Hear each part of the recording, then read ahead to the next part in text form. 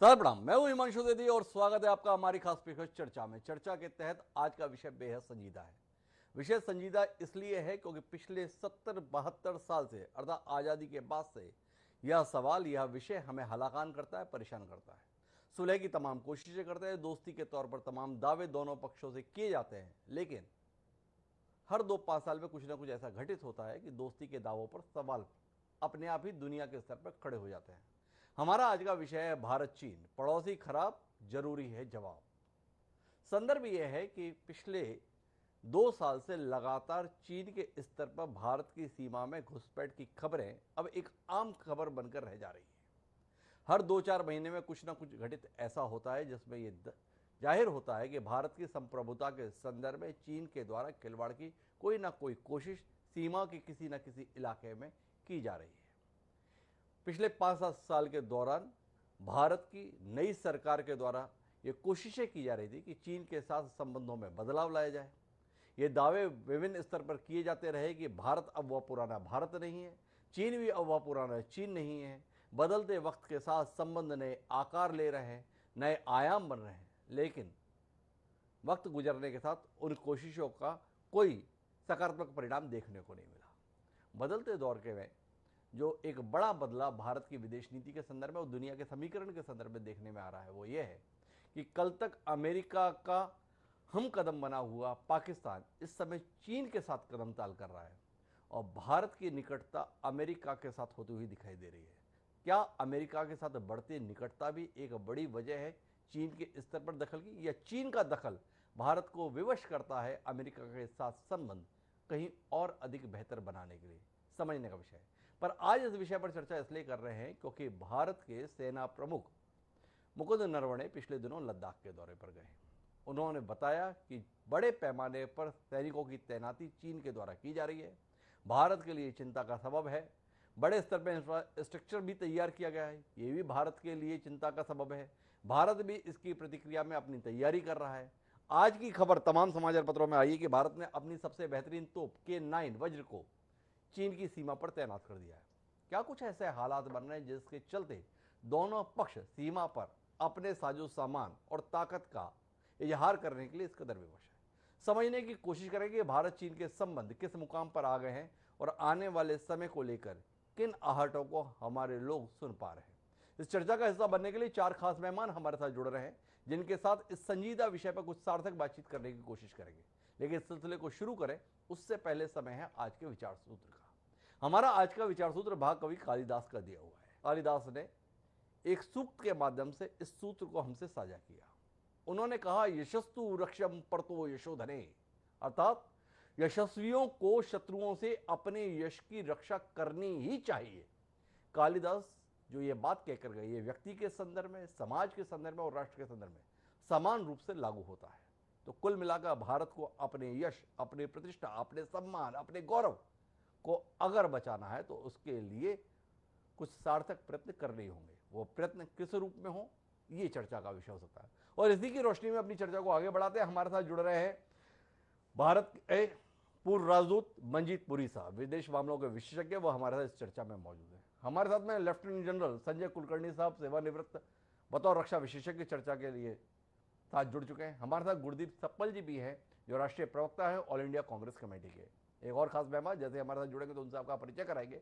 लेकिन बहरहाल अपनी चर्चा की शुरुआत संजय कुलकर्णी साहब से करते हैं और संजय कुलकर्णी साहब से समझने की कोशिश करते हैं कि आखिर भारत के सैनिक प्रमुख मनोज मुकुंद नरवणे यकायक यह बात कहने के लिए क्यों विवश हो गए हैं कि चीन के साथ सीमा पर हालात तनावपूर्ण हैं। जिस प्रकार की तैयारी है वह कहीं ना कहीं आशंका को जन्म देती है। थोड़ा रोशनी देंगे कुलकर्णी साहब कि आखिर क्या बदलाव आ रहा है सीमा पर? पिछले दिनों खबर यह भी आई थी कि उत्तराखंड में भी चीन के कुछ सैनिक भारत की सीमा में दाखिल होकर उपद्रव मचाकर चले गए और अब लद्दाख के स्तर पर जो पहले ही पिछले 1.5 साल से तनाव की स्थिति में है, एक बार फिर कुछ गरमाया हुआ सा लग रहा है। थोड़ा आप साझा करें हमसे वहां के घटनाक्रम को। हिमांशु जी, सबसे पहले तो धन्यवाद। मैं ये कहना चाहूंगा कि जैसे आपने कहा, प्रतिष्ठा और गौरव, इन दो चीजों के लिए शक्ति में ही शांति है। और जब हम कहते हैं शक्ति में शांति है, और खासकर चीन के साथ, तो ये बहुत निहायत जरूरी है। जिस प्रकार से chief of the army staff ने कहा, इसमें कोई शक नहीं कि 12 राउंड ऑफ टॉक्स हो चुके हैं, और उस 12 राउंड ऑफ टॉक से जो हमने पाया है वो कुछ ज्यादा नहीं पाया है। और चीन जो है लगातार इस तरह की बातचीत करता रहता है, कहते हैं ना, endless discussion with nothing, it lead to frustration. तो ये जो नौबत आती है, एंडलेस डिस्कशन, बातचीत करते रहिएगा, आप अगली बार देखेंगे, फिर देखेंगे, आप ये देखिएगा कि जो भी एलएसी का मामला है, इसके ऊपर सालों साल हम बातचीत करें, अब हमने बातचीत नहीं की। और इसके बावजूद भी क्या निर्णय निकला और किस तरीके से चीन जो अपना जमावड़ा बढ़ा रहा है, इसमें किसी को कोई शक नहीं है। एलएसी के ऊपर, एलएसी के ऊपर इंफ्रास्ट्रक्चर बढ़ा रहा है, एलएसी के ऊपर जमावड़ा बढ़ा रहा है, एलएसी के ऊपर मतलब जो उसको करना है वो करने की कोशिश कर रहा है। और अपने आप जैसे बोलते हैं हम, सलामी स्लाइसिंग करने की जो कार्रवाई जो चीन करने की कोशिश करता है, मतलब चीन का बार बार भारत के ऊपर कितना दबाव डाला जा सकता है, और उसका मकसद है टू बी एबल टू, क्या कहते हैं, the supreme art of war is to subdue the enemy without a fight. लड़ना भी नहीं, आर्म्ड कन्फ्रंटेशन भी नहीं करना है, लेकिन आर्म्ड कोएग्जिस्टेंस जिसके द्वारा हो सकता है कन्फ्रंटेशन, ये बहुत एक चिंता का विषय है। और इस संदर्भ में जिस तरह से चीन, चाहे वो बाराहोटी में हो, चाहे वो ईस्टर्न लद्दाख में हो, चाहे फिर वो अरुणाचल प्रदेश में हो, या फिर सिक्किम के ऑपोजिट हो, या डोकलाम में हो, सब जगह चीन दबाव, टेस्टिंग वाटर्स बोलते हैं ना, चीन की मंशा रहती है कि किस तरह के टेस्ट किया जाए। यानी को जो मेंढक होता है, उस मेंढक को धीरे धीरे उबाला जाए और फिर उसको देखा जाए, परसा जाए कि इसमें कितना दम है और हमारे बरखिलाफ खड़ा रह सकता है या नहीं। इस संदर्भ में मैं कहूंगा बहुत जरूरी है कि भारत को अपनी क्षमता, भारत को अगर अपनी प्रतिष्ठा, भारत को अपनी गौरव अगर रखना है, तो हम लोगों ने मिलिटरीली स्ट्रांग होना है, डिप्लोमेटिकली ऑफेंसिव रहना है, और इकोनॉमिकली हमने आगे बढ़ना है हर विषय में। क्योंकि चीन को ये लगता है कि भारत जो है कोई माने नहीं रखता है उसके लिए, और यही कारण है कि चीन जब भी बातचीत करता है, कोई भी पॉलिसी इशू, स्टेटमेंट, उसको लगता है भारत मेरे को कुछ कर ही नहीं सकता है, चाहे इकोनॉमिकली हो, चाहे मिलिटरीली हो। जब तक हम उस मकाम पर नहीं पहुंचेंगे, तब तक चीन इस तरह की हरकतें करता रहेगा, और हम लोगों ने सतर्क रहना है, इसमें कोई शक नहीं। आर्म्ड कोएग्जिस्टेंस है, आर्म्ड कोएग्जिस्टेंस में कब गलती कौन करेगा, कन्फ्रंटेशन कब हो जाएगा, इसका पता नहीं चलेगा। इसलिए ये जो आज हालात हैं चीन के साथ, उम्मीद करते हैं कि 13th राउंड ऑफ टॉक में गोगरा के ऊपर, हॉट स्प्रिंग के ऊपर बातचीत होगी। जब पंगांगसू में हमने कैलाश हाइट्स वेकेट किए, उसके बाद उन्होंने जो कुछ किया, बारावटी में वो आए, वापस चले गए, चलो फेस ऑफ नहीं हुआ। लेकिन इस तरह की हरकतें जब बातचीत हो रही है, जरूर चीन को डर है, शंका है कि क्यों भारत यूएसए के साथ नजदीक है, क्यों भारत जो है इंडो पैसिफिक में इस तरह का अपना दबदबा बनाने की कोशिश कर रहा है, क्यों भारत जो है इंडियन ओशन में कार्रवाई करने की कोशिश कर रहा है। चीन को लगता है कि भारत जो है हर हमेशा, जैसे पंचायत में होता है ना कि मैं चारपाई पे बैठूंगा और आप सब जमीन पर बैठेंगे, वो हालत चीन करना चाहता है। हाँ जी हिमांशु। मैं मंजीपुरी से आपके पास जाऊं, उससे पहले आपसे थोड़ा और समझना चाहता हूं। कुलकर्णी साहब बातचीत कर रहा है, पर साथ साथ बड़े स्तर पर सैन्य बलों की तैनाती सीमा पर दिखाई दे रही है, ऐसा सेना प्रमुख खुद बोल रहे हैं। बतौर पूर्व सैन्य अधिकारी, क्या ये केवल डराने के लिए है, क्या ये केवल दिखाने के लिए है, या ये आने वाले समय में हमले की तैयारी के तौर पर भी आप देखते हैं कि नहीं, ये केवल डराना नहीं है, ये केवल दिखाना नहीं है, बल्कि एक बड़े हमले के संदर्भ में तैयारी करना है? किस रूप में देखते हैं आप इसे? ये हिमांशु जी आपका कहना है, यही एक जो चीज है, इट्स $1 मिलियन क्वेश्चन। लेकिन जरूर हम लोगों को तैयार रहना है। आर्म्ड कन्फ्रंटेशन होने की पूरी शंका है, और वो शंका जो है तब्दीली हो सकती है, क्योंकि जब आप बहुत नजदीकी आर्म कोएग्जिस्टेंस में रहते हैं, कन्फ्रंटेशन कब हो जाए, किस प्रकार से वो आदमी होगा। अब आप देखिए जो भी दिशा बदली है भारत और चीन के साथ, वो गलवान के कारण बदली है। गलवान में जो कुछ हुआ है, उसके बाद मुझे लगता है 1962 से जितनी हमारी मतलब बहुत जो हालात आज दोनों देशों के बीच में है वो जी 1962 के बाद अब है। और क्यों हुआ ये गलवान में, चाहे किसी के कारण हुआ, क्योंकि आर्म्ड कन्फ्रंटेशन के बाद जो हरकत हुई है जी जिसमें हमारे 20 सैनिक मारे गए हैं, उनके भी मारे गए, उससे हमें कोई लेना देना है, पर जी हमने अपने 20 सैनिक गंवाए। इस चीज को मद्देनजर रखते हुए मुझे लगता है चीन की हरकतों के ऊपर सख्त निगरानी बहुत, नंबर वन। नंबर टू, पूरी तैयारी। China believes in dealing from a position of strength, और जी वो स्ट्रेंथ अगर हमने इस्तेमाल करनी है तो हमें तैयार रहना है। और उसी के लिए हम लोग अपने मॉडर्नाइजेशन की जो आपने बात की, किस तरीके से वज्र हम डिप्लॉय कर रहे हैं, किस तरह के बैलिस्टिक मिसाइल, क्रूज मिसाइल, हवाई जहाज, सबमरीन, तरह तरह के वेपन्स, इन्फेंट्री में, आर्टिलरी में, आर्मर्ड में मॉडर्नाइजेशन हो रहा है। इसी मकसद से हो रहा है कि चीन की जो मंशा है इसी वक्त ऐसे ना हो कि कन्फ्रंटेशन हो और हमें फिर बुरा देखना पड़े। उससे बचने के लिए हमें तैयार रहना पड़ेगा, और ये सोच करके कि चीन हमला नहीं करेगा, हमने नहीं चलना है। चीन हमला कर सकता है, अपना उल्लू सीधा कर सकता है। उसका एलएसी का परसेप्शन अभी तक हम दोनों के बीच में 1949 से लेकर के आज तक के ऊपर कोई बातचीत ठीक तरीके से नहीं हुई है। हमें तैयार रहना होगा। तो कुलकर्णी साहब रूल आउट नहीं करते इस संभावना को कि वो हमला कर सकता है, एक लड़ाई का माहौल बना हुआ है, इसलिए हर प्रकार की संभावनाओं को खुला रखना चाहते हैं कुलकर्णी साहब। हमें कतई उदासीन नहीं रहना, ये बात भी कह रहे हैं। लेकिन मेरे साथ मंजीत पुरी के साथ बात करने के लिए कुछ दूसरे सवाल हैं। पुरी साहब आपसे समझना चाहता हूं कि हमारी विदेश नीति के स्तर पर क्या कोई चूक ऐसी हो रही है जिसके चलते जिस चीन के साथ प्रधानमंत्री नरेंद्र मोदी के सत्तारूढ़ होने के बाद दावे किए जा रहे थे कि सब कुछ बदला हुआ दिखेगा, कल का दुश्मन वापस आपको दोस्त के तौर पर दिखाई देगा, हमारे संबंध सफलता की नई इबारत दोनों देशों के लिए लिखेंगे, पर कहानी तो कुछ और ही दिख रही है। कहां चूक गए हम रणनीतिक रूप से? क्या अमेरिका के साथ गलबहियां करने की कीमत हम चुका रहे हैं? एक सवाल। या दूसरा आपसे जानने में दिलचस्पी है कि जब जब हम पश्चिमी देशों के नजदीक जाते हैं, हथियारों के सौदागरों के औजार बनकर रह जाते हैं। कुल मिला के ये तनाव देश की 12 बजाता है, और कुल मिला के हथियारों का कारोबार करने वाले ये पश्चिम देशों के राजनेता और उनसे जुड़ी कंपनियों के सीईओ इनकी पौबारा कर देता है। क्या हम उसी के शिकार हो रहे हैं? या अपनी आय का एक बड़ा हिस्सा ये साजो सामान की तैनाती, ये हथियारों का उन्नतीकरण, नए नए हथियारों की खरीद इस रूप में व्यक्त हो रहा है? थोड़ा रोशनी देंगे, कहां खड़े हैं हम? हिमांशु जी, थैंक यू वेरी मच। पहले तो मुझे जरा जनरल साहब के साथ उनकी दो बातों पे please let me agree very strongly. जी एक जो उन्होंने बात की कि शक्ति में सुरक्षा, जी और मेरा मानना है कि ये शक्ति जो है इसमें मिलिट्री तो इम्पोर्टेंट है, लेकिन सबसे इम्पोर्टेंट है आर्थिक शक्ति। जी इसके साथ साथ दूसरी बात कही है उन्होंने, वो चारपाई वाली बात की चाइना के बारे में।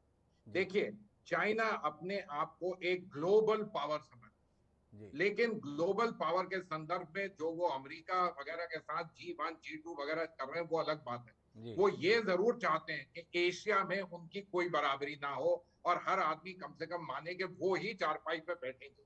और इसमें हमें ये तो मानना ही पड़ेगा कि इन अ सेंस भारत सबसे बड़ा रोड़ा नजर है।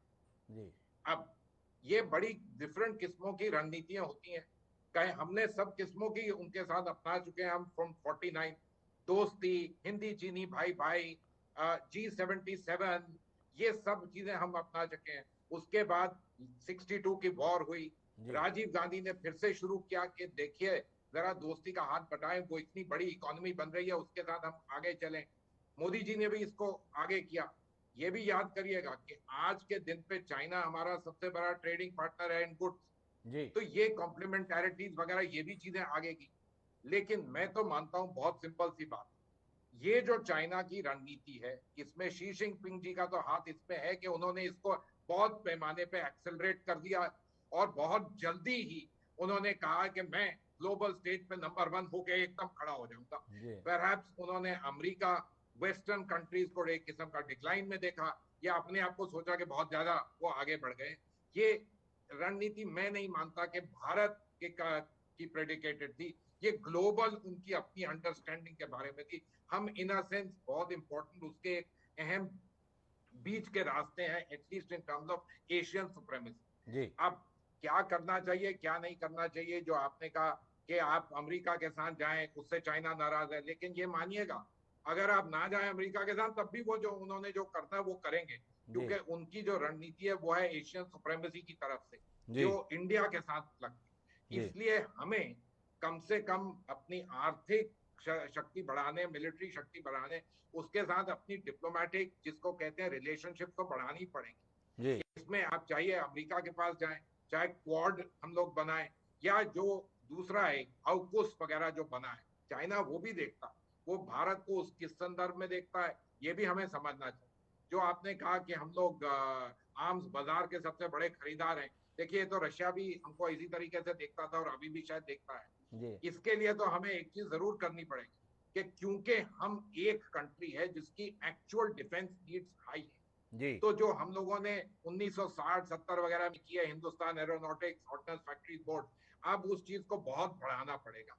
हमको ये चीज माननी पड़ेगी कि इंडिया में वॉर मटेरियल, वॉर प्रिपेयर्डनेस और हमारी आर्म फोर्सेस की जो शक्ति है उसके लिए इक्विपमेंट भी हमें अपने आप बनाने की क्षमता करनी पड़ेगी। इसमें रिसर्च, इसमें डेवलपमेंट, और मैं खुश हूं कि हम प्राइवेट सेक्टर को भी डाल रहे हैं, लेकिन अभी ये बहुत समय लगेगा। हमारी जिसको कहते हैं पेस जरा कम रही, नीड बहुत ज्यादा बढ़ गई, खासकर चीन के जिसको कहते हैं हेजेमोनिस्टिक अप्रोच के साथ। तो ये तो चले संदर्भ, और हमें इस चीज पे हमेशा सतर्क रहना पड़ेगा। मेरा तो ये सिंपल सा कहना, चाइना के साथ हमारी रिलेशनशिप में रेजोल्यूट होना पड़ेगा और साथ साथ सोफिस्टिकेटेड होना पड़ेगा। पुरी साहब, मेरे दो सवाल हैं आपसे। आपने राजीव गांधी को उल्लेख किया कि उन्होंने कोशिश की बिगड़े हुए संबंधों को एक बार फिर नए सिरे से व्यवस्थित किया जाए। उस कोशिश को और ज्यादा गति दी जब नरेंद्र मोदी सत्ता में आए और उन्होंने शी जिनपिंग के साथ जिस गर्मजोशी के साथ में संबंधों को आयाम देने की कोशिश की, उसने नेहरू के दौर को याद दिला दिया जब हमने हिंदी चीनी भाई भाई के नारे लगाए थे। शी जिनपिंग की वो तस्वीरें अभी भी जहन में हैं कि वो साबरमती के किनारे झूला झूल रहे हैं, महाबलीपुरम में जा रहे हैं, बड़ा अच्छा सा लगता था। पर क्या हमारी गति थोड़ी तेज नहीं हो गई? पुरी साहब, ये जानना चाहता हूं। एक तरफ हम चीन के साथ अच्छे संबंध बनाने की कोशिश कर रहे थे, चीन के साथ मिलकर नई संरचना इस इलाके में तैयार कर रहे थे, दूसरी तरफ चीन को चुनौती देने वाले घटनाक्रम के तहत क्वाड का अंग बन रहे थे। हम अमेरिका, जापान, ऑस्ट्रेलिया के साथ चीन के हितों के प्रतिकूल कार्रवाई का जो मंच बन रहा था उसका एक अभिन्न हिस्सा बनने के लिए तत्पर हुए। 2017 में क्वाड अस्तित्व में आता है और उसके बाद से सब कुछ बिखरने लगता है, बिगड़ने लगता है। घटनाक्रम उसके बाद से लगातार देख रहे हैं कि चीन के साथ हमारी जो मित्रता थी वो शत्रुता में धीरे धीरे तब्दील हो रही है।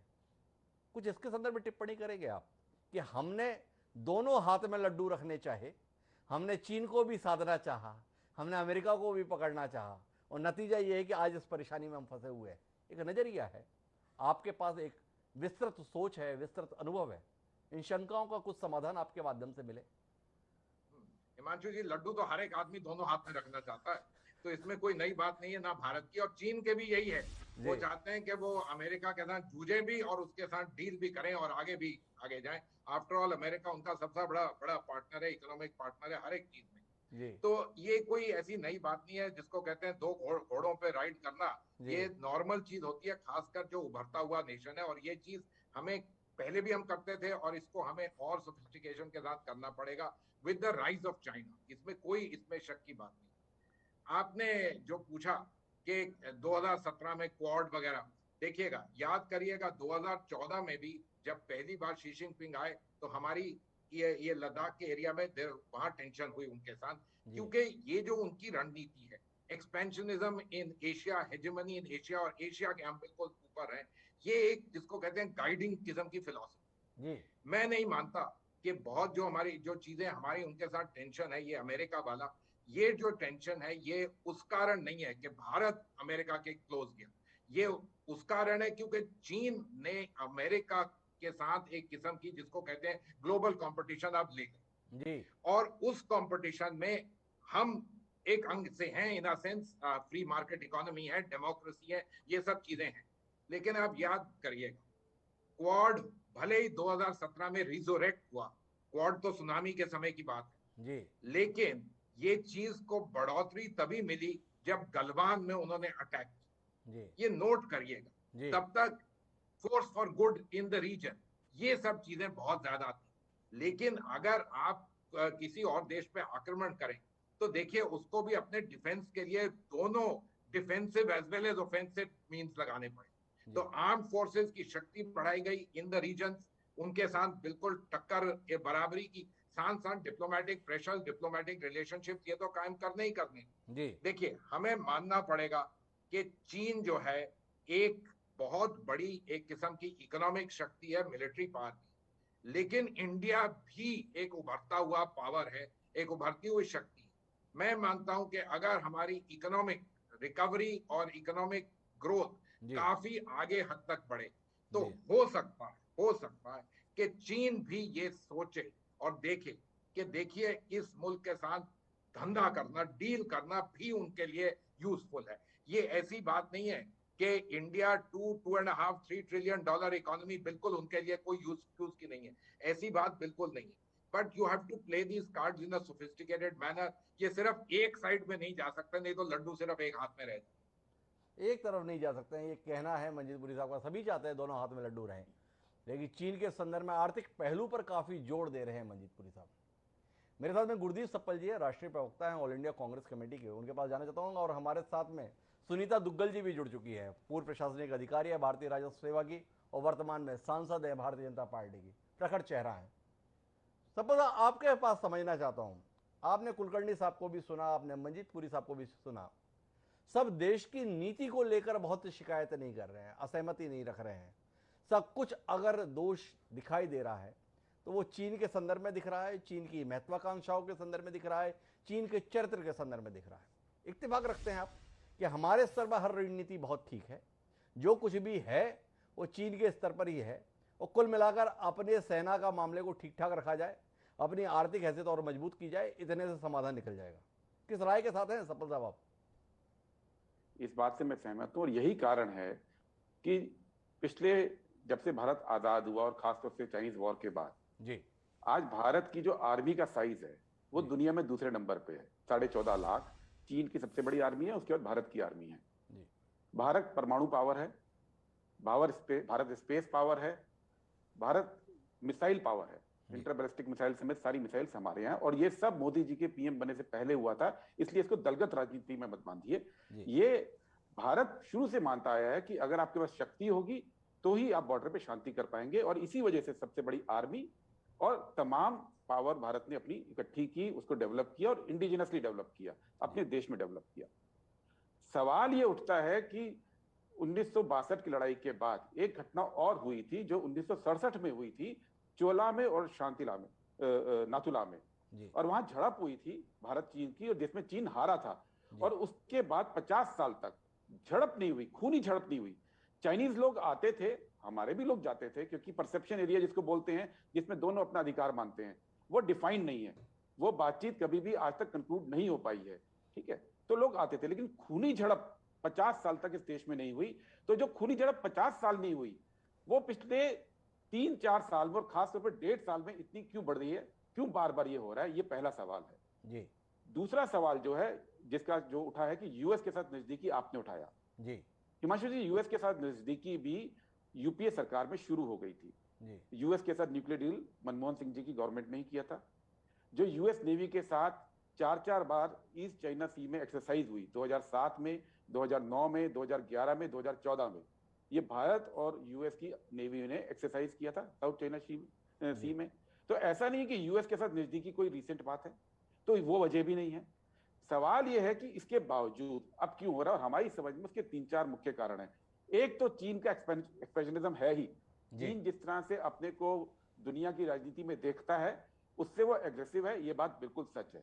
लेकिन 4 चीजें और ऐसी हुई हैं पिछले 2-3 साल के अंदर जिससे उसको ये बढ़ावा मिला है कि वो कुछ भी कर सकता है जी।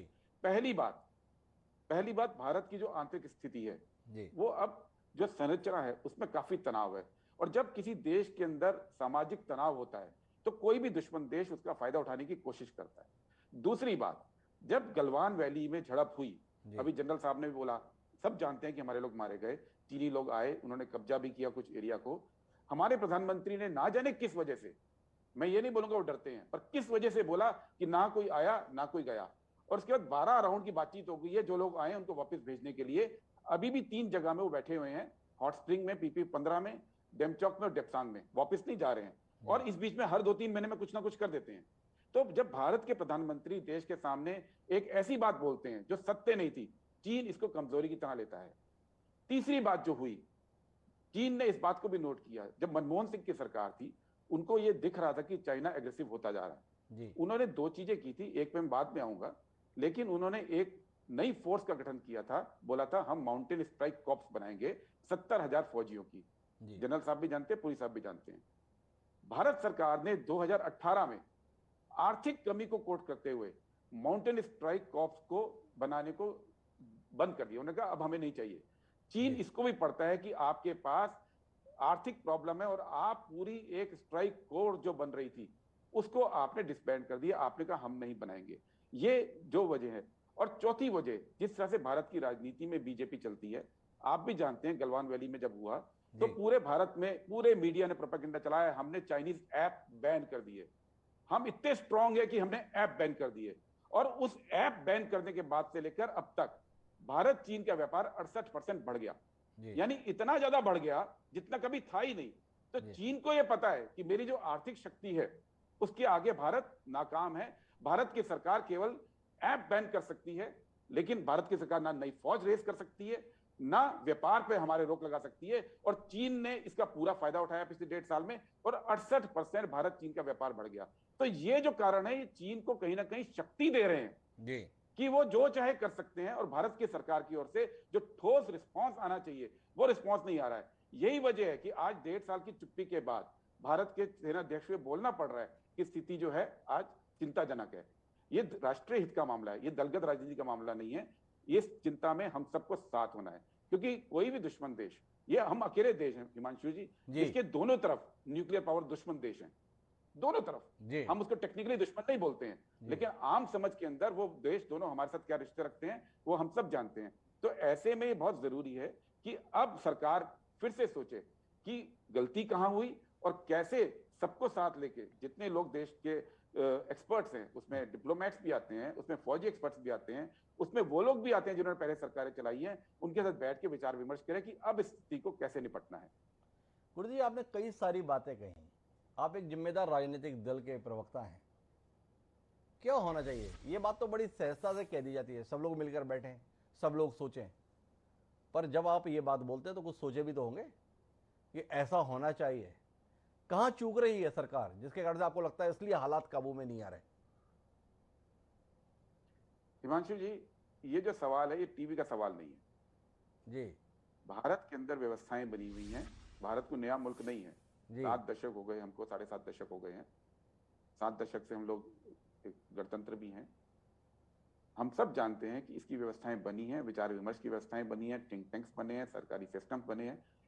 क्या होना चाहिए जैसा सवाल को सरलीकरण देकर मैं टीवी चैनल के ऊपर जवाब मेरा ये सवाल इसलिए है, ये सरलीकरण नहीं है सप्पल साहब, मेरा ये सवाल इसलिए है कि क्या गुरदीप सप्पल साहब को नहीं लगता है कि सरकार ने चीन को जिस दमदारी के साथ रोका हुआ है, एक घटना के बाद अपनी तैनाती के साथ, अपनी कार्रवाई के साथ, आखिरकार चीन को 12 दौर की बातचीत के लिए तो विवश होना पड़ा है, चीन को कुछ इलाकों से वापस जाना ही पड़ा है।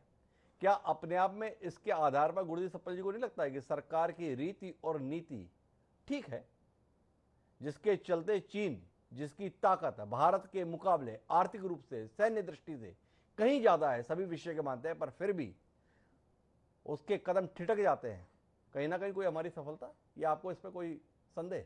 हाँ, इसका जवाब मैं जरूर दूंगा जी। अभी आपने कहा कि जब मोदी जी आए उसके बाद चाइना के साथ जिस तरह से संबंध सुधारने की कोशिश हुई वो पूरे देश ने देखा। झूले पे भी बैठे जी, भारत के उपराष्ट्रपति भी चाइना गए, भारत के मंत्रियों के भी दौरे हुए, शी खुद भारत आए, और उन मीटिंग्स में मैं खुद मौजूद था, इसलिए मैं ये इस बात को दावे से कह सकता हूँ। लेकिन आज की स्थिति क्या है कि अभी 2 दिन पहले भारत के राजदूत ने जिस फ्रेमवर्क की बात की, चाइना से जो बातचीत होनी चाहिए, उसमें उन्होंने 2-3 चीजों का जिक्र किया। एक कहा कि हमारी जो बातचीत है चाइना के साथ, वो 1988 में जब राजीव गांधी गए थे, वो जो फ्रेमवर्क बना था, वो जो अंडरस्टैंडिंग बनी थी, उसके तहत होनी चाहिए। जी दूसरा उन्होंने कहा कि जो 2005 में मनमोहन सिंह की सरकार के टाइम पे बना था, उसको बोलते हैं agreement on political parameters and guiding principles. जी ये 2005 में मनमोहन सिंह की सरकार के टाइम पे बना था, उसके तहत हम बातचीत करें। और तीसरा WPCC, जो WMCC, जो वर्किंग मैकेनिज्म है, कोऑर्डिनेशन एंड कंसल्टेशन, जी ये तीनों जो फ्रेमवर्क हैं वो मोदी सरकार से पहले के बने हुए हैं। जो भारत के राजदूत ने अभी 2 दिन पहले ये बात बोली है, विक्रम मिस्री ने, कि ये फ्रेमवर्क है जिसके तहत हम चाइना को रोक सकते हैं। उन्होंने एक बार भी ये नहीं बोला, हिमांशु जी, कि मोदी जी की सरकार ने जो फ्रेमवर्क तैयार किया उसके तहत हमें बात करना चाहिए। ये एडमिशन ऑफ फेलियर है कि आप 8वां साल है मोदी सरकार का, चीन के साथ आपका इतना इंटेंस एंगेजमेंट भी हुआ और चीन के साथ इतनी सारी टेंशन भी हुई, लेकिन मोदी सरकार का कोई भी फ्रेमवर्क का जिक्र भारत के राजदूत नहीं करते हैं। दूसरी तरफ भारत के विदेश मंत्री का बयान आया, जयशंकर का, अभी क्वाड हो रहा है। मैं कल भी चैनल्स पे था, सारे बीजेपी के प्रवक्ता क्वाड जैसे बतख करते क्वैक क्वैक क्वैक, वैसे क्वाड कर रहे हैं। लेकिन भारत के विदेश मंत्री ने क्या बोला है अभी 2 दिन पहले, कि जो क्वाड है, क्वाड चीन के खिलाफ नहीं है। उन्होंने स्पष्ट रूप से ये स्टेटमेंट दिया है, अगर आप चाहें तो मैं पढ़ दूं। उन्होंने बोला, India has a very substantial relationship with Beijing and quad is for things but not against someone. ये भारत सरकार की क्वाड पे ऑफिशियल पोजीशन भारत के विदेश मंत्री को क्यों कहनी पड़ी? सवाल ये है कि जिस क्वाड को भारत के मीडिया में बीजेपी कह रही है कि बहुत महान हमारा हथियार है, उसको बीजेपी सरकार के अंदर विदेश मंत्री जो खुद डिप्लोमेट रहे, फॉरेन सेक्रेटरी रहे, वो कोई ऐसे नहीं है कि कोई सिर्फ चुनाव जीत के विदेश मंत्री बने हो। उन्होंने चीन को कंसोल करने के लिए, चीन को थोड़ा सा शांत करने के लिए क्यों बोला कि ये क्वाड चीन के खिलाफ नहीं है? तीसरी बात, उन्होंने एक और बात बोली, उन्होंने दुख जाहिर किया कि अफगानिस्तान के मामले में चीन, पाकिस्तान, रशिया एक हुए और जो वहां पे फ्रेमवर्क बना, जब रशिया भारत को बीच में चाहता था तो पाकिस्तान के कहने पे चीन ने स्टैंड लिया और भारत को उसमें नहीं आने दिया। और जो यूएसए ने मैकेनिज्म तैयार किया, ऑकस, उसमें ऑस्ट्रेलिया, यूएस, यूके है, उसमें उसने भारत को शामिल नहीं किया। तो ये तो भारत के विदेश मंत्री का दर्द है। तो जो मीडिया में चल रहा है कि बहुत अच्छी तरह से चीन को डील कर रहे हैं, वो सरकार खुद नहीं मान रही है। हिमांशु, वो सरकार खुद नहीं मान रही है, गुरदीप सप्पल जी का ये कहना है। मेरे साथ में सुनीता दुग्गल जी हैं, वो सफर में हैं लेकिन हमारे साथ जुड़ी हुई हैं। सुनीता जी, आपसे ही समझने की कोशिश करता हूं कि कुल मिलाकर आप लोग तो अभिभूत ही रहते हैं अपनी सरकार से, अपने नेतृत्व से। चीन के मसले पर कितना मुग्ध हैं आप अपनी सफलताओं से, या मानते हैं कि कम से कम इस मोर्चे पर सफलता तमाम प्रयासों के बावजूद भी आपकी साथी नहीं बन पा रही है, और देश के सेना प्रमुख का बयान अपने आप में जाहिर कर रहा है कि कुल मिलाकर अभी तक हम कोई सफलता हासिल नहीं कर पाए? देखिए हिमांशु जी, जब आपने हमारे जो कांग्रेस के प्रवक्ता हैं, जब उनसे आपने सवाल किया तो मैं ये उम्मीद कर रही थी कि ये ऐसा मसला है कि जिसके अंदर जो है वो पूरी सभी जितने भी दल हैं, सभी पार्टीज हैं, उन सब चीजों से ऊपर उठकर वो कोई बात कहेंगे, और कोई अगर उनको कहीं लगता है कुछ ऐसा मशवरा, कोई ऐसा सलाह, तो वो जो है वो सरकार के लिए रखेंगे। लेकिन मुझे अफसोस के साथ कहना पड़ रहा है कि उन्होंने बात उसी तरह से शुरू की जिस तरह से कि एक दल जो है वो दूसरे दल को किसी भी तरह से डाउन करने के लिए, या कि ये दिखाने के लिए कि आप लोग बिल्कुल नाकामयाब हैं, आप लोगों ने कुछ काम नहीं किया है, आप लोग जो है वो सरकार को किस तरह से चला रहे हैं, ये इन लोगों की समझ से बाहर है। तो मुझे लगता है कि अगर हम इस बात को ध्यान में ना रखते हुए, अगर हम सिर्फ जिस तरह से आपने पहले भी देखा, इतने बड़े बड़े एक्सपर्ट्स यहाँ पर जो है आदरणीय हमारे बैठे हुए हैं जिन्होंने सेना में काम किया है, तो जो पहले भी जानते हैं और अब भी जो स्थिति है उसको जानते हैं, और उन्होंने बड़ी बेबाक तरीके से अपनी बात को रखा।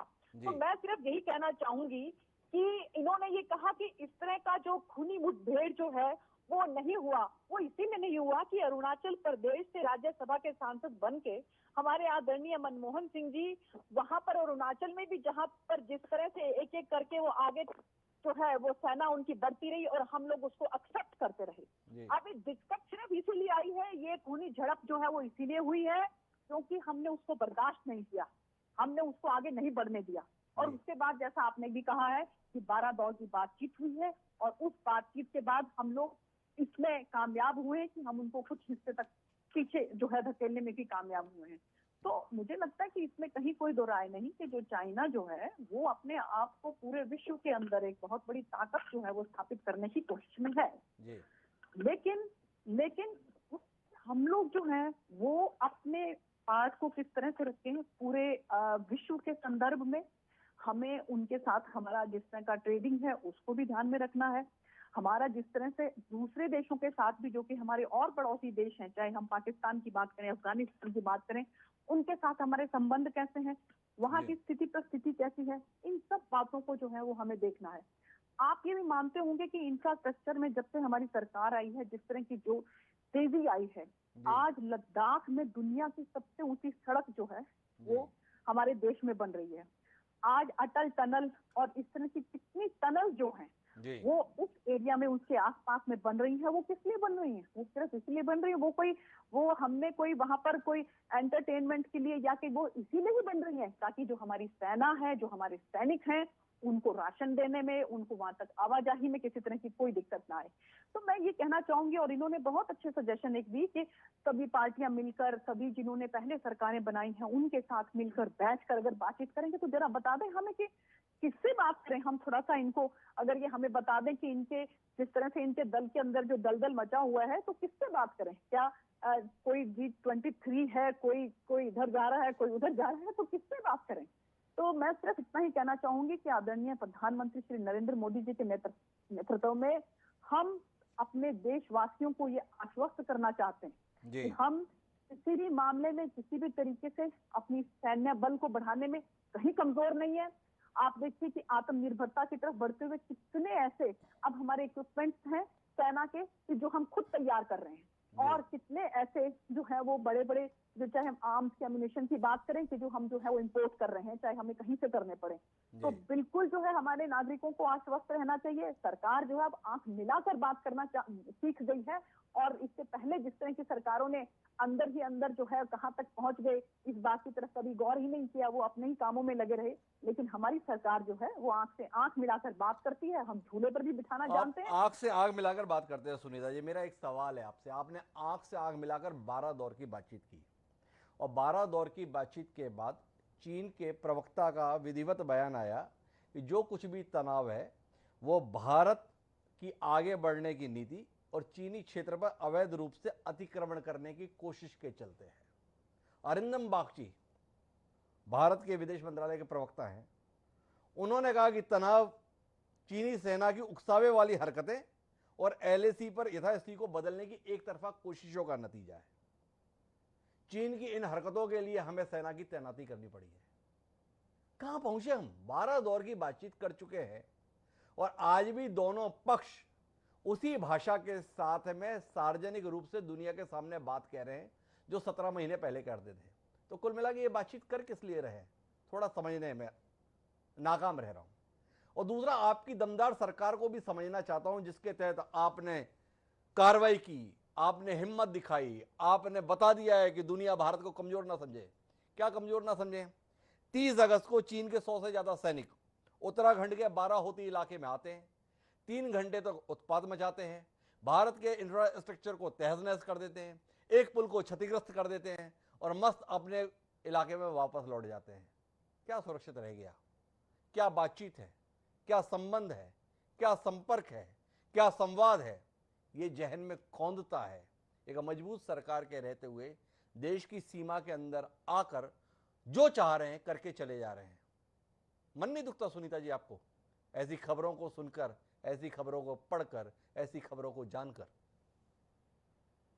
देखिए हिमांशु जी, मैं वही बात आपको कह रही हूँ कि इसमें कहीं कोई दो राय नहीं कि चीन जो है वो हिमाकत पर हिमाकत करने की कोशिश कर रहा है, क्योंकि वो अपने आप को पूरे विश्व के अंदर सबसे बड़ी ताकत जो है वो स्थापित करने की कोशिश में, और उनको दिखाने को, दुनिया को ये दिखाने के लिए कि मैं दुनिया की सबसे बड़ी ताकत हूँ इससे कि, और आप ये कोई तभी दिखा सकता है कि सबसे पहला उसका टारगेट रहता है जो आपके नेबरिंग कंट्रीज हैं, उन्हीं के ऊपर जो वो अपनी धौंस दिखाकर वो दुनिया को दिखाना चाहता है कि मैं जो है वो सबसे बड़ी ताकत हूँ। और दूसरा क्वाड जो है उसकी भी अगर हम बात करें तो उसमें भी थोड़ा उसको तकलीफ है।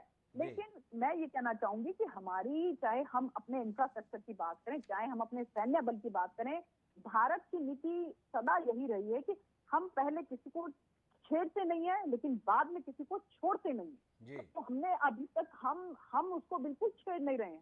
जी लेकिन अगर हमें कहीं से छेड़ा गया, अगर हमें कहीं से परेशान करने की कोशिश की गई, तो हमारी सैन्य बल, जो हमारी ताकत इतनी है कि हम किसी भी कीमत पर जो है वो चाइना को छोड़ेंगे नहीं। कहीं वो सोचे कि जो पहले जिस तरह से हुआ उस जगह तो पर सुनीता उन्होंने जी, आपने कहा कि हम छोड़ेंगे नहीं। मैं गुरदीप सप्पल जी के हस्तक्षेप को सुनना चाहता हूं, लेकिन उससे पहले एक सवाल करना चाहता हूं। किस हद तक आपको छेड़ा जाए जिसके बाद आप छोड़ेंगे नहीं? ये एक सवाल है। मतलब गलवान में आके 20 लोगों को मार गए, इधर बारामती में भी आकर दाखिल हो गए, डोकलाम में भी दखल दिखा गए। कुल मिला के धैर्य की सीमा, सहन करने की शक्ति, या किलोमीटर की शक्ल में कितने अंदर तक आने पर हम माने कि अब आप छोड़ेंगे नहीं? देखिए, ऐसा है हिमांशु जी कि अगर आप गलवान की बात भी करें तो गलवान में हमारे सैनिकों ने भरपूर जो है उनसे अपनी उनकी उसकी हिमाकत का, उनके उस जो है जो उनकी हरकत का जो है पूरा भरपूर बदला लिया। इसमें जी। कहीं कोई दो राय नहीं। तो अलग बात है कि वो इस चीज को जो है पब्लिकली या उस तरह से उसको डिक्लेयर ना करें, जी लेकिन इसमें कहीं कोई दो राय नहीं कि हमारे सैनिकों ने भरपूर उनके साथ जो है पूरी ताकत के साथ उनके साथ लड़ाई लड़ी है और उनका भी जो है वो नुकसान हुआ है। जी और इसीलिए और अगर मैं आपको सही मायनों में बताऊं तो उसके बाद से ही हमारी सेना जो है वो और ज्यादा इस बात को लेकर तत्पर हो गई है कि इन लोगों के ऊपर हम किसी भी कीमत पर भरोसा नहीं कर सकते हैं, ये भरोसे के लायक नहीं है। और अब अच्छी तरीके से हमारी सेना जो है वो तैयार है। आप देखते हैं कि समय समय पर हमारे खुद जो है हमारे डिफेंस मिनिस्टर साहब जो है वो वहां पर जाते रहते हैं सेना के पास और सीमा पर जाते रहते हैं। हमारे जो हमारे जो चाहे हम रावत साहब की बात करें और जो प्रमुख हैं चाहे हम उनकी बात करें, तो सब के सब जो है वो सीमा पर अपने सैनिकों का जो है मनोबल बढ़ाने के लिए जाते रहते हैं। और सरकार जो है वो चाहे हम इंफ्रास्ट्रक्चर की बात करें, चाहे हम अपने जो फाइटर्स की बात करें, चाहे हम एम्यूनेशन की बात करें, उसकी तरफ जो है लगातार उसको बढ़ाने की कोशिश में है। बढ़ाने की कोशिश में है। कुल मिला के सरकार हौसला बढ़ा रही है, सैनिक मुकाबला कर रहे हैं, ये सुनीता जी का दावा है। मुझे जाना कुलकर्णी साहब के पास है, लेकिन सप्पल साहब को हस्तक्षेप करने जा रहे हैं। उन्हें आपत्ति है सुनीता दुग्गल जी के दावों के संदर्भ में। उनके हस्तक्षेप को सुनते हैं और फिर कुलकर्णी साहब से कुछ आने वाले समय को लेकर बात करते हैं। जी गुरदीप जी। हिमांशु जी, बीजेपी के तमाम जो प्रवक्ता लीडर्स होते हैं उनकी खासियत है या तो सच को जानते नहीं है या सच को छुपाते हैं जी और बात को सिर्फ डायलॉग बाजी तक रखते हैं। मैंने दलगत बात नहीं की थी। अभी इन्होंने बोला बहुत इंफ्रास्ट्रक्चर पे काम शुरू हुआ इसलिए चाइना को परेशानी है। इन्होंने बोला अरुणाचल से मनमोहन सिंह जी सांसद थे, वो तो असम के कभी संदर्भ में अरुणाचल है। से नहीं थे, उनके टाइम पे कभी नहीं आया। लेकिन लेकिन लेकिन मैं आपको फैक्ट्स बताता हूं आपके दर्शकों के लिए जी कि ये बॉर्डर पे जो इंफ्रास्ट्रक्चर का काम शुरू कब हुआ। जी भारत के अंदर एक नीति थी, रक्षात्मक नीति थी, क्योंकि उस समय हम कमजोर मुल्क थे, जी कि हम वहां पे इंफ्रास्ट्रक्चर नहीं बनाएंगे ताकि चाइना उसका मिसयूज नहीं करे। जी इस नीति को पलटा डॉक्टर मनमोहन सिंह जब प्राइम मिनिस्टर बने तो 2006 में आधिकारिक तौर पे इस नीति को पलटा गया और ये फैसला हुआ कि अब हम बॉर्डर पे इंफ्रास्ट्रक्चर का निर्माण करेंगे। जी श्याम सरन जो उस समय विदेश मंत्री थे, उनके नेतृत्व में एक टास्क फोर्स बनाया गया। वो जी। टास्क फोर्स 3 बार लाइन ऑफ एक्चुअल कंट्रोल, जो इसको हम आमतौर पे बॉर्डर बोलते हैं, चाइना भारत का बॉर्डर LAC पे 3 बार वो विजिट किया। उसने पूरी डिटेल्ड प्लानिंग की और एक रिपोर्ट दी और कहा कि हमें जो है 73 नई सड़कें इंडो चाइना बॉर्डर पे बनानी है। ICBR इसका नाम दिया गया, इंडो चाइना बॉर्डर रोड्स। और ये 73 सड़कों के लिए साथ में कहा गया कि लद्दाख के साथ टनल बनाने का काम शुरू करना चाहिए ताकि हम वेदर पे डिपेंड ना करें। साथ में ये कहा गया कि अरुणाचल में ब्रह्मपुत्रा के साथ साथ 1850 किलोमीटर लंबी हाईवे बनाई जाए। ये सब सैंक्शन मनमोहन सिंह की सरकार ने कर दिया और काम शुरू हुआ। यही नहीं, उस समय जो काम शुरू हुआ वो आज तक चल रहा है। ये बात सच है कि सरकार ने उसको कंटिन्यू किया है, इसमें कोई दो राय नहीं। मनमोहन सिंह की सरकार ने यह भी तय किया कि आने वाले समय में जैसे जैसे हम आर्थिक शक्ति बन रहे हैं और चाइना भी आर्थिक शक्ति बन रहा है, तो बॉर्डर को सुदृढ़ करने की जरूरत है। तो 2 माउंटेन डिवीजन बनाई गई, एक अरुणाचल के लिए, एक लद्दाख के लिए, जिसमें 50-50 हजार की सैनिक की फौज सैंक्शन की गई और माउंटेन स्ट्राइक कॉर्प 70,000 का बनाने का फैसला हुआ, जिसको अब सरकार ने कैंसिल कर दिया है। ये तमाम चीजें तब शुरू हुई और इसका रिजल्ट क्या हुआ? जो अटल टनल की बात आपने की सुनीता जी, वो टनल शुरू मनमोहन सिंह जी के टाइम पे हुई। आप जाके देखिए, वहां पे उनका बोर्ड लगा हुआ है शिलान्यास का। खत्म मोदी जी के टाइम पे हुई है। देश है, काम शुरू कभी होता है, खत्म कब होता है। लेकिन अगर हम सीधी सीधी बात करें कि कितना उनके टाइम पे बना, कितना हमारे टाइम पे, और मैं नड्डा जी के भाषण से कोट कर रहा हूं, आपके पार्टी के अध्यक्ष हैं, अभी फरवरी में दिया है कि यूपीए के 6 साल में, जब नीति शुरू हुई 2008 में एक्चुअल में, तो 8 से 14 के 6 साल में 3610 किलोमीटर नई बॉर्डर रोड बनी।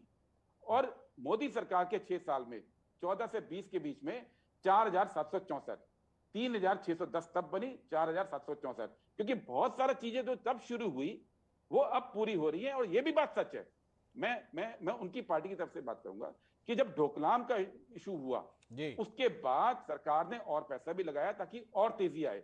लेकिन ये कहना कि बीजेपी सरकार के टाइम पे इंफ्रास्ट्रक्चर बना और वहां पे चीनी आ गए अरुणाचल में मनमोहन सिंह जी के टाइम पे और चले गए, बिल्कुल गलत बात है। चाइनीज अब आए हैं सुनीता जी, अभी करके 100 लोग वहां पे आए, आपका पुल तोड़ गए। जनरल साहब ने कहा कि फेस ऑफ नहीं हुआ। फेस ऑफ इसलिए नहीं हुआ क्योंकि हमारा इलाका वो सिविल है। वाजपेयी गवर्नमेंट के टाइम पे हमने बाराहूती को डिमिलिटराइज कर दिया था। डिमिलिटराइज का मतलब है कि हमारी सेना वहां नहीं होती है आधिकारिक रूप से। लेकिन चीनी आ गए और आप सुझाव मांग रहे थे, आज मैं देता हूं, हो सकता है सरकार ने किया भी हो, हम नहीं जानते हैं। आज बाराहूती को आप मिलिटराइज कीजिए। एक बार जब पता है कि वहां पे सेना आ गई चीन की और घूम फिर के चलेगी तोड़फोड़ करके, तो उस पर आप चुप क्यों बैठे हैं? आप आज कीजिए कि वाजपेयी सरकार में, और मैं वाजपेयी सरकार का फैसला गलत नहीं बोल रहा हूं सुनीता जी, लेकिन कई बार फैसले ऐसे लेने पड़ते हैं। आप ये कह दीजिए G23, कह दीजिए किससे बात करें। देश को पता है पूर्व राष्ट्रपति प्रधानमंत्री कौन थे देश के, देश को पता है पूर्व रक्षा मंत्री कौन थे देश के, कीजिए उनसे बात। आपकी सरकार है, आप प्रशासन कीजिए उनसे बात, ये कहना है गुरदीप सफल जी का। लेकिन मैं कुलकर्णी साहब आपके पास में वापस लौट कर आता हूं और आपसे समझना चाहता हूं कि कुल मिलाकर हम शक्ति के संदर्भ में आग्रह कर रहे हैं, तो क्या अब हम हथियारों की नई होड़ के लिए तत्पर हों? यह आपसे सवाल है। क्या इस देश को अपनी भारत की जरूरतों को भूलकर वर्तमान परिस्थितियों में जरूरत आ गई है कि इस तरफ में ही अपना फोकस ज्यादा करे? क्योंकि कुल मिला के संवाद के माध्यम से समाधान की उम्मीदें हम खो रहे हैं और कुल मिलाकर अब ताकत के आधार पर ही अपने समाधान को सुरक्षित रख पाएंगे। और इस सवाल की रोशनी में जानना चाहता हूं कि हमें बताया जाता है कि अगर न्यूक्लियर हथियार होगा तो फिर बाकी सारी छुटपुट चीजों की जरूरत नहीं होगी। तो न्यूक्लियर हथियार तो हमारे पास है, फिर भी हम अपनी तोपों को लेकर, अपनी बंदूकों को लेकर, अपने टैंक को लेकर इतनी ज्यादा उपलब्धि के साथ में बताते हैं, थोड़ा उलझन में हो जाते हैं आम आदमी के लिए। आप सैन्य विशेषज्ञ हैं, थोड़ा रोशनी में डालें हम लोगों को कि अब दरअसल हम खड़े कहाँ हैं, या कुल मिलाकर भ्रमित होने की स्थिति में ही देश है, भ्रमित होने की स्थिति में हमारे नेता हैं। एक तरफ कहते हैं कोई आया नहीं, कोई गया नहीं, दूसरी तरफ बता रहे हैं कि देखो हमने इतनी बड़ी बड़ी सड़कें बना दी, हमने इतने बड़े बड़े अपने सैनिकों के सामान तैनात कर दिए। और वहीं चीन करता है तो आपत्ति करने लगते हैं, अरे उसने सड़क बना दी, अरे उसने हवाई अड्डा बना दिया, अरे उसने सैनिक तैनात कर दिए। जब आप कर रहे हैं तो उपलब्धि है, सामने वाला कर दिया तो वो उकसाने वाली हरकत है। थोड़ी उलझन होती है। जब हम ये सब करते हैं तो क्या चीन विवश नहीं हो रहा है? क्या पड़ोसी राष्ट्र विवश नहीं हो रहे हैं कि वो भी प्रतिक्रिया में कुछ ऐसा ही बड़ा करें, कुछ ऐसी ही चीजें तैनात करें ताकि उनके देश में भी माहौल रहे कि नहीं नहीं हम भी बहुत कुछ कर रहे हैं? थोड़ा समझाएंगे। हिमांशु जी, सबसे पहले तो कैपेसिटी बिल्डिंग टेक्स टाइम। ये कहना कि मैंने क्या, इसने क्या, उसने क्या, नहीं। कैपेसिटी बिल्डिंग, और इतना दुर्गम इलाका है वहाँ पे तो मैं रहा हूँ, और मैं कहना चाहूंगा कि ये जो 17 कोर की जो बात करें वो ऑपरेशनलाइज हुआ है, इसमें कोई शक नहीं। और जो डिवीजन की बात करें उसमें से एक मैंने भी कमांड किया, उसमें भी कोई शक नहीं। तो ये कहना कि ये जो कोर है या डिवीजन है खरीदी हुई नहीं, सब अपनी जगह है और ऑपरेशनलाइज है। और यही कारण है कि हम आंख में आंख डाल करके बातचीत कर सकते हैं, बिकॉज शक्ति बड़ी है। और ये जो है, जैसे बारामती कहा, बारामती 1954 से ये एक पॉइंट ऑफ कंटेंशन रहा है। यही नहीं, 1949 के बाद 1950 का अगर हम सरदार पटेल जी का लेटर देखें, होम मिनिस्टर का, डिप्टी प्राइम मिनिस्टर का, तब से उन्होंने कहा है कि चीन की क्या मंशा है और क्या रहेगी। परसेप्शन जो है अगर हम देखें, कब हम लोगों को जो बॉर्डर्स है आर्म फोर्सेस को कब मिले? 1961 में बासठ की लड़ाई हुई। 1961 में पूरा, चाहे वो अरुणाचल प्रदेश हो या फिर ईस्टर्न लद्दाख हो, ये बॉर्डर्स आर्मी के पास नहीं थे, आर्म फोर्सेस के पास नहीं थे, ये एक्सटर्नल अफेयर्स के पास थे, होम मिनिस्ट्री संभाल रहा था। उसके बाद ये आर्मी के पास है। उसके बाद तब तक क्या हुआ था, अक्षय चीन चला गया था, अक्षय चीन में ऑलरेडी चीन पहुंच गया था। ये गलवान की घाटी का अभी 2020 में ही बातचीत नहीं हो रही है, वो तब से बातचीत हो रही है। गलवान घाटी में वो कहाँ आए, कहाँ गए, ये जो परसेप्शन है, इस परसेप्शन के ऊपर ही बार बार जो लड़ाई और बातचीत होती है। क्यों इतने सारे, सिर्फ 12 राउंड के टॉक की बात नहीं है, 33 राउंड ऑफ टॉक WMCC हुए, 33, इसमें भी कोई शक नहीं है। जरूर चाइना स्टडी ग्रुप हुआ है, चाइना स्टडी ग्रुप के बाद ही ये जितनी सड़कें बनी है, उसके बाद जो कार्रवाई शुरू हुई है, जरूर हुई है। लेकिन सवाल ये पैदा होता है कि अगर हम लोग ये बातचीत करें कि 2009 में जब मुंबई में हमला हुआ, उसके बाद चीन कहाँ खड़ा दिखा? चीन पाकिस्तान के साथ खड़ा दिखा। UN में कहाँ खड़ा दिखा? पाकिस्तान के साथ खड़ा दिखा। तो जो चीन की मंशा रही है वही रही है, चीन की कथनी और करनी में अंतर रहा है। चीन हमेशा जानने की कोशिश करता है कि भारत जो अपने आप को पुरानी सभ्यता कह रहा है, क्यों चीन के साथ टक्कर लेने की कोशिश करे? वो चीन की मंशा है। हम, हमारी सभ्यता है, हम अपनी शक्तियां जानते हैं और हम अपनी कमजोरियां भी जानते हैं। चीन उन कमजोरियों का फायदा उठाने की कोशिश करता है। लेकिन जो आप क्या ये कहना है कि हम लोगों ने कुछ, जरूर ये है कि 2014 में अगर मैं कहूँ कि चलो मोदी सरकार 2014 में आई, उससे पहले हमने कुछ नहीं, गलत, हमने उससे पहले भी करते आए हैं। यही कारण है कि हम 2014 के बाद भी करते आए हैं, इसमें भी कोई शक। लेकिन डेमचौक में या फिर देप्सांग में या शुमर में ये कब से कार्रवाई शुरू हुई? उनके जब प्रधानमंत्री आए 2013 में, 2014 में, 2017 में, 2015 में, तो ये लगातार जो चीन है इस तरह की हरकतें करता आया है, चीन करता आएगा, क्योंकि चीन की परसेप्शन है। चीन को लगता है उसने पूरा भारत के ऊपर जोर डालना है, और यही कारण, appeasement will not work with China. हम लोगों ने शक्ति प्रदर्शन करना जरूरी है, चाहे वो मिलिट्री हो, इकोनॉमिक हो, डिप्लोमेटिक हो, वो बहुत।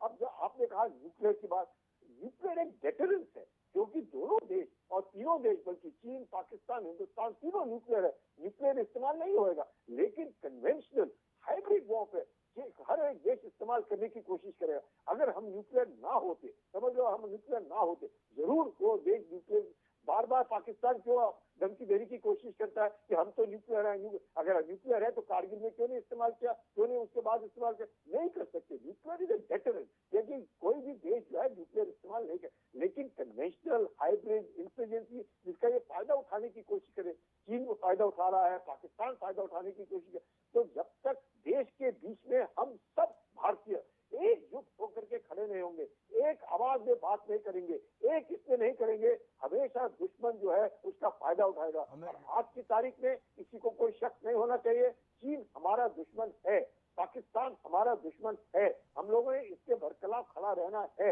हम लोगों ने अपनी शक्ति बढ़ानी है। इसमें जब तक ये क्लैरिफाई नहीं होगा, ये कहना उसमें क्या, कोई भी चीज है, बार बार कैपेसिटी बिल्डिंग टेक्स टाइम। अगर आप पहाड़ों में अंदर सड़क बनाने की कोशिश करेंगे, कोई कह नहीं सकता कि मैंने आज वो सड़क तकरीबन 10, 12, 14, 20 साल तक लगेगी सड़क बनने में। कई सड़कें बनेंगी, बह जाएंगी, फिर बनेंगी, ये होता रहेगा। लेकिन सैंक्शन देना, उसके ऊपर कार्रवाई करना और उस गति को पकड़ना, वो बहुत जरूरी है। मैं जरूर कहूंगा कि पिछले 3-4 साल में, क्योंकि हम प्रेशर में आए या जो भी हम लोगों ने हमारी सोच थी कि चीन किस प्रकार से आक्रामक हो रहा है, हमारे कार्रवाई में गति आई है। चाहे वो प्रोक्योरमेंट ऑफ वेपन्स हो, चाहे आत्मनिर्भर हो, चाहे इंफ्रास्ट्रक्चर हो, जरूर इसमें गति आई है। ये कहना कि किसी ने कुछ नहीं किया, ऐसे हो ही नहीं सकता, सबने किया। आज नहीं, 1947 से लेकर के आज तक सब कर रहे हैं। यही कारण है कि हम सब खुश हैं कि आज देश सक्षम है।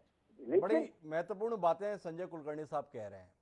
ऐसा कहना गलत है कि किसी सरकार ने कुछ नहीं किया, सबने बहुत अच्छा करने की कोई अपने समय के अनुसार प्रयास किया, लेकिन पिछले 3-4 साल में इस क्षेत्र में आवश्यकताओं के मद्देनजर बेहतर काम हुआ है, इसे नकारा नहीं जाना चाहिए। लेकिन मंजीत पुरी साहब, मेरे पास में आपसे पूछने के लिए इससे इतर बिल्कुल अलग सवाल है। आपसे समझना ये चाहता हूं कि भारतवासी, भारत के नेता, भारत के लोग ऐसा बताते हैं कि हमसे ज्यादा शरीफ लोग तो दुनिया कोई और है ही नहीं।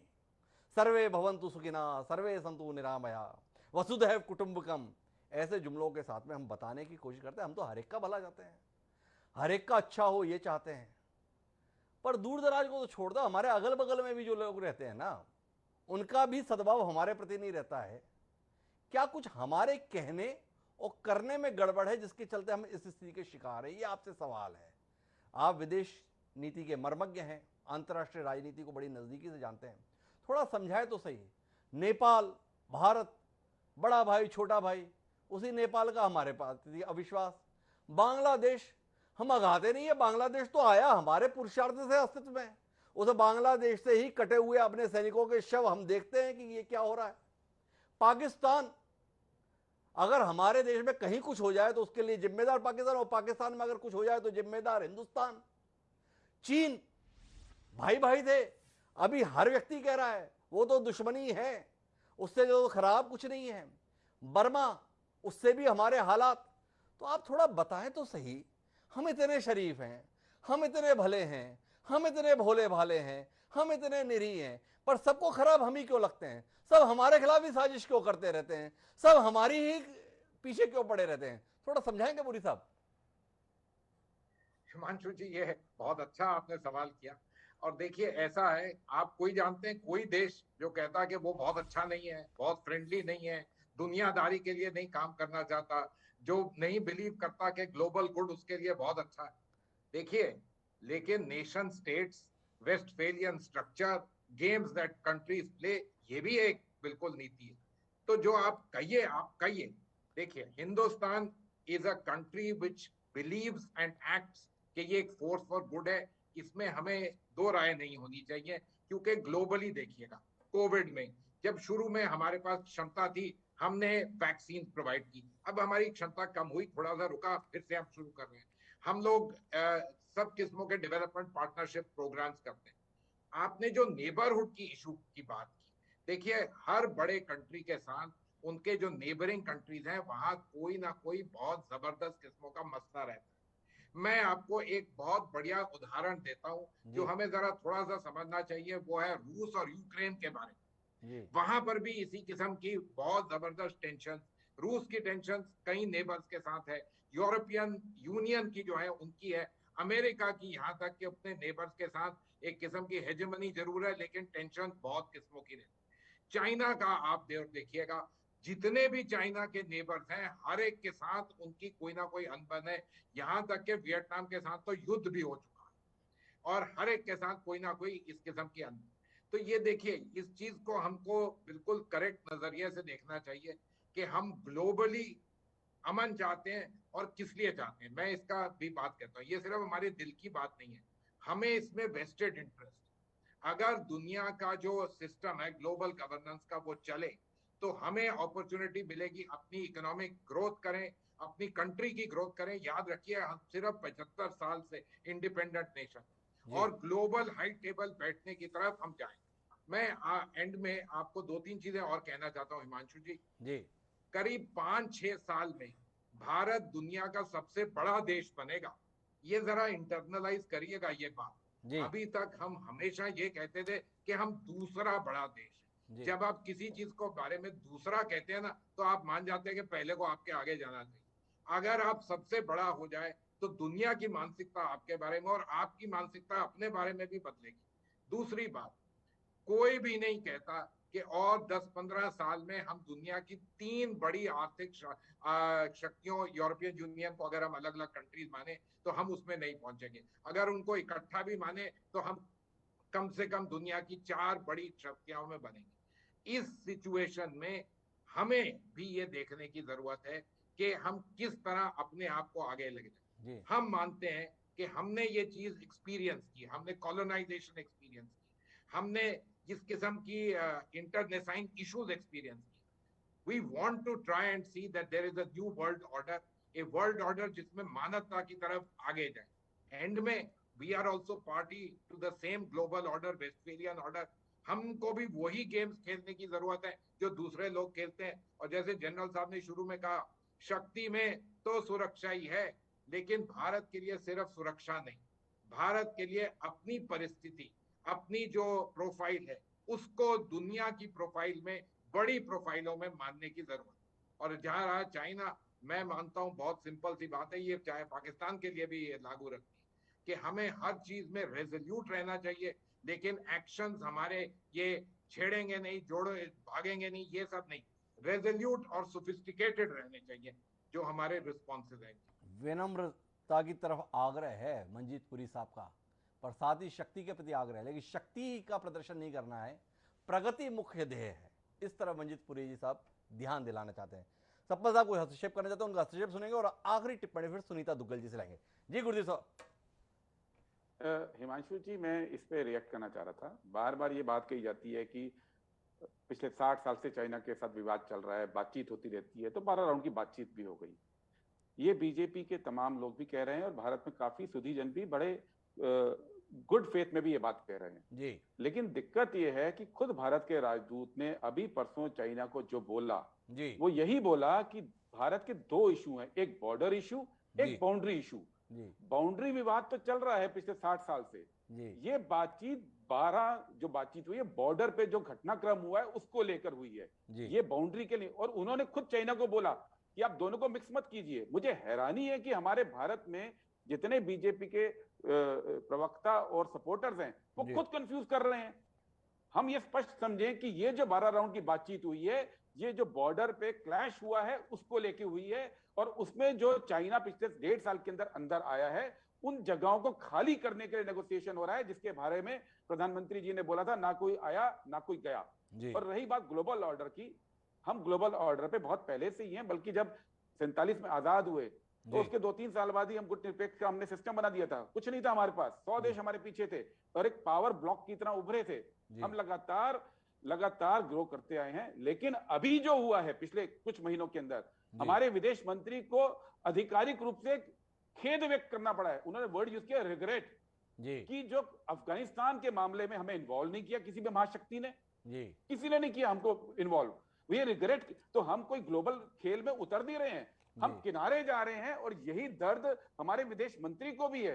तो हमको ये समझना पड़ेगा कि जो देश 1950 के दौर में अपने पीछे 100 देशों को इकट्ठा कर सकता था, उस समय कम थे, धीरे धीरे 100 हुए, ठीक है, वो देश आज की तारीख में इतना निरीह, इतना हेल्पलेस क्यों है कि बगल में अफगानिस्तान के अंदर सब कुछ हुआ जिसका सबसे ज्यादा असर भारत पे पड़ना है, लेकिन हम कहीं हाई टेबल पे नहीं है। कहीं हाई टेबल पे नहीं है। गुरदीप सिंह जी का सवाल है, 1950 के दौर में 100 देशों को नेतृत्व देने की क्षमता भारत में रही, वही देश आज विश्व के संदर्भ में लिए जाने वाले फैसलों में हिस्सेदारी क्यों नहीं कर पा रहा? सुनीता दुग्गल जी के लिए यह सवाल चुभने वाला है, क्योंकि उनकी निगाह में तो उनके नेता, इस देश के सम्मानीय प्रधानमंत्री नरेंद्र मोदी केवल भारत के नेता नहीं बल्कि विश्व के नेता हैं। और सब पर सब ऐसे बयान दे रहे हैं, अखर रहा होगा। एक बार टिप्पणी लेते हैं सुनीता जी से गुरदीप सप्पल जी के बयान पर और साथ साथ जानना चाहेंगे कि आखिर चीन के संदर्भ में केवल आशंकाएं ही हमारे हिस्से में आएगी या समाधान की कोई उम्मीद सुनीता जी आपकी सरकार के रहते ये देश रख सकता है? ये आखिरी सवाल है। देखिए हिमांशु जी, मैं बिल्कुल आपके माध्यम से ये कहना चाहती हूँ कि बिल्कुल जो है आश्वस्त हो सकता है, क्योंकि जिस तरह से हमारी सरकार इंफ्रास्ट्रक्चर में काम कर रही है, जिस तरह से आदरणीय प्रधानमंत्री नरेंद्र मोदी जी के नेतृत्व में हमारा देश आगे बढ़ रहा है और ग्लोबल लेवल पर आगे बढ़ रहा है, तो मुझे बिल्कुल इस बात की उम्मीद है कि क्योंकि जैसा कि अभी स्पष्ट भी किया गया है कि हमारा जो फोकस है, हमारा फोकस जो है हमारे देश को आगे बढ़ाने का है।